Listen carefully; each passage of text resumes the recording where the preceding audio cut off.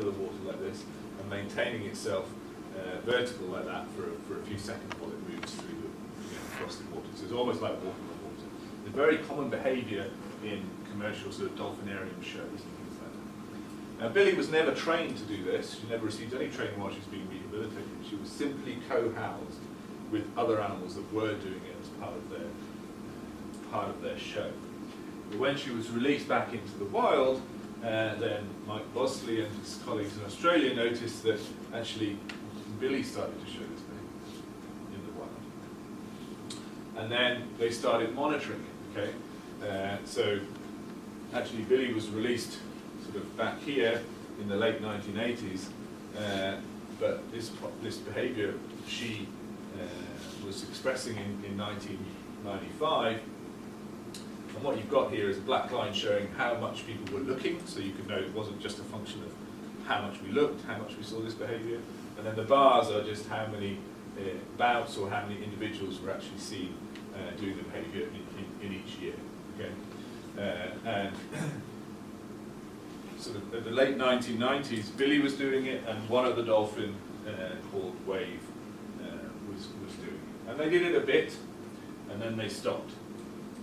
And then, roughly 10 years later, Billy died, at which point Wave, the other dolphin, started doing it a lot, and it goes up like this, and then other dolphins in the population also started doing it. Okay? So we have a behavior that is not a natural behavior at all, that an animal spontaneously learned when it was brought into captivity, that it then took back to its population when it was released into the wild, and that then spread through the population. But the interesting thing about it is it's completely arbitrary behaviour. Okay? In fact, it's very costly in energetic terms.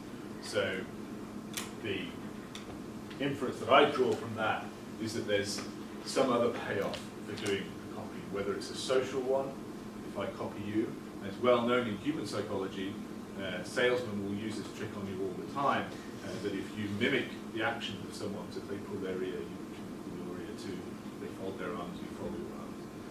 It spontaneously creates a more trusting or more open relationship to you.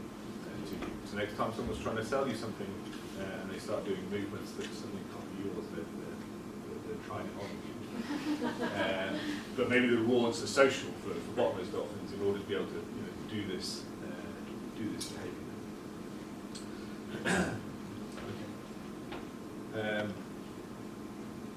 I'm just going to talk about their vocalizations a little bit. Dolphins are also vocal learners. They can learn to copy each other's signature whistles. Signature whistles are a very distinctive feature of bottlenose dolphin society, and maybe other dolphin societies as well. There's a lot of dolphins that we don't know very much about.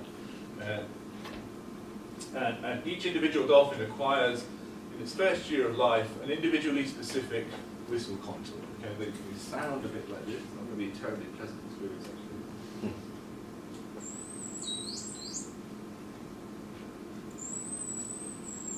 Okay. There's two different contours, so it's two animals exchanging signature whistles in this one. You can see that they're very different, right? And it turns out that, as far as we know, every dolphin in a population will have its own unique signature whistle. They are, let's see. Let's go. Yes, okay. This is some data from colleagues Nicola Quick and Vincent Yannick on the population here that was collected off St Andrews, where they showed that these, what happened a lot was that individuals would exchange signature whistles just before they met up, right? So it seemed to be a way of kind of coordinating, I'm here, or you're over there, I'm here, you're over there, let's get together. And how did we know this? Well, this is my role. We had a lot of fun setting up this system where we could actually use arrays of multiple microphones, called hydrophones, to localize where whistles were being produced. Okay, so this is an example of that. The recording looks like this, so you've got this whistle type and this whistle type being exchanged, OP, OP, OP, OP. But when you looked at where they were coming from, then whistle O was always coming from over here, and whistle P was always coming from over until the animals joined up. So they use these whistles to kind of locate each other and to join up when they want to hang out. And so we've been exploring how to use that information in a more practical way with something that you're going to hear about in the next talk, which is the Marine Scotland Ecomass Array, which is a bunch of recorders like this deployed up and down the Scottish East Coast, from Laverun down to St. Abbs. And we thought, well, if each dolphin has its signature whistle, and we're recording, maybe we can actually use that to track animals on an individual basis, just from passive acoustics, rather than having to go out and follow them through with a boat. And it turns out that you can. Okay, so on this table, each column is a different signature whistle, and then on the right, each row is a different place in St. Andrews. Okay? And the two colours represent two different years. So if they were crossed like that, then it means that the animals are at that place in both years. And what we see are patterns that are very similar to what we know about from photo ID data on the same population. Some of the animals stay up north, some of the animals move between the two places, back down, all the way down to St. Andrews and St. Abbs, because this population is undergoing a range expansion. And you can actually track how fast animals are moving. So we did an analysis where we just said, okay, if you hear this whistle here and this whistle there, how fast must the animal have moved to get from A to B? And nearly all of them were doing it at speeds which we would consider to be pretty feasible for what was dolphins to swim at. So one here. I can't explain that, that's just what we call noise in the trade. Okay, so that's one way in which sort of, the sophistication of the animals learning can help us learn more about their population. Let's talk about killer whales a little bit. Like bottlenose dolphins, killer whales found all around the world, and they have a very broad diversity of ways of making a living. Okay, some of them really mean to other small dolphins. Eat them. Some of them eat salmon. Some of them herd herring. Some of them take sea lion pups off the beach. Some of them learn how to make stingrays palatable. Some of them take seals off ice, and some of them gang up on big whales and kill them. Right. So there's a diversity of ways. And in these animals, we actually do have this thing called ecotypes, where the different dietary specializations have actually led to the beginnings of evolutionary segregation. Just like the tail walking, they have these kind of arbitrary fad type behaviors. So there was one particular community, the Southern Resident community, where two pods in the summer of 1987 decided it'd be really cool to carry dead salmon instead of eating. And they just did it, and they did it for summer, and everyone was like, oh, they're carrying dead salmon, and then next year they weren't doing it anymore. No explanation for that at all. They also like to scratch themselves by rubbing against different pebbly beaches, and it seems that each of the different pods has their own sort of little beach that they like to go do this at. And that is also their tradition, the tradition of that pod. There's even been cooperation between killer whales and humans, just like the fishing cooperative with the bottlenose dolphins, except this time the target was humpback whales. So this is a really interesting historical story from Eastern Australia, a town called Eden. And this picture here shows some whalers, okay, with a harpoon, chasing this guy here, which is a humpback, and this is a male killer whale on the other side. So the killer whales would interact quite closely with the whaling operation.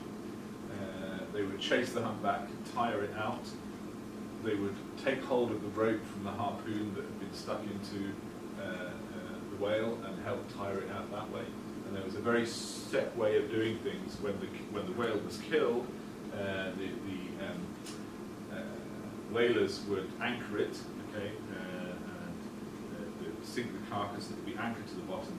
and they would leave it out there for 2 days, and the killer whales would come in, and they would just eat the things that they want, which was typically the tongue of large whales, and they would leave the rest. The whalers weren't interested in that, they wanted the oil. So after 2 days, the carcass would come to the surface, float up again, and the whales would come and recover it, and they would get the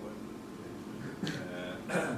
And this went on for quite a long time, and there was one particular male killer whale who became very well known to the whalers. He was called Tom. Died in 1930, estimated age over 70 years old, and his skeleton is preserved in the museum at the town of Eden, and it has this feature on its tooth, which is the groove that is worn in its tooth from grasping the rope from the whalers. So it gives you some idea of how much he was doing. Okay, that's the end of my talk. I hope I've convinced you at least why I think this is true for dolphins as well as other species of whale dolphins, but we're talking about dolphins today. And I wouldn't be a real academic if I didn't tell you to go out and buy the book if you want to learn more. So please do that, and it'll probably make 50p out of it yourself. So pay for my last one. Yeah, that's me. So thanks for your attention.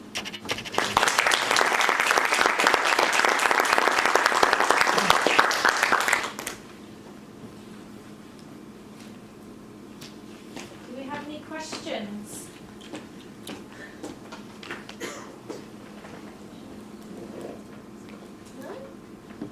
Actually, you were talking about some species of killer whales attacking larger whales. There's been some talk in certain aspects of social media recently about orcas attacking great white sharks. Have you ever heard of anything like that? I think I've seen some of that. Some of the things talking about. I'm personally not very knowledgeable about that at all. I'd be betting on the orcas in that scenario. I guess sharks can be pretty vicious, but orcas are really smart.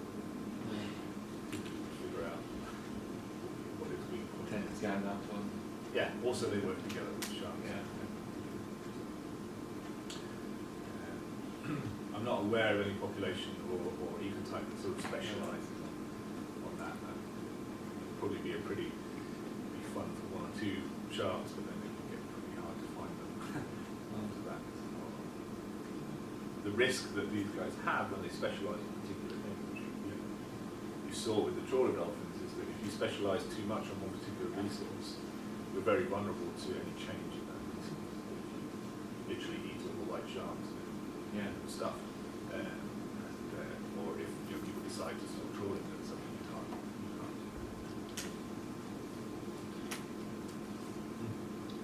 It's just interesting what you're saying about the dolphins following the trawlers there, because I've actually observed that in porpoise Oh yeah. outside of Liverpool. And tend to sort of think that porpoise don't like noisy boats and things like that, and tend to keep away from them. But I've actually observed them following a trawler, and at the same sort of distance, and that's obviously what they're doing as well. Like, I suspect there's a lot more going on than makes it into the scientific literature, because it's quite difficult to get into the scientific literature. So, I suspect this is going on all over the place. In fact, we know that other species, killer whales and sperm whales, are taking advantage of fishery-related opportunities. you certainly see killer whales following big pelagic vessels waiting for them to bring the net in. Yeah. And then they're picking up the stuff that's coming out of the net. Yeah. Sperm whales are learned to do it online in Alaska and Chile as well. Offer them a free lunch, they're going to take it. Can lead to very rapid. The fact that they can, some of these phenomena have been documented such that you can see historically the spread of sperm whales taking fish off long lines, originating in one point and then spreading out from it as the knowledge propagates through the population. So it can very quickly turn from a small, if just one animal learns it and each other one has to learn it by itself, it's not going to spread very quickly. But if they can learn by copying each other, then they'll spread much more.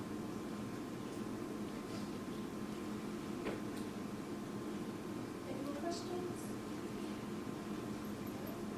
just want to say thank you very much. That was really interesting. I think I learned quite a lot about how intelligent dolphins are. It was brilliant. Thank you.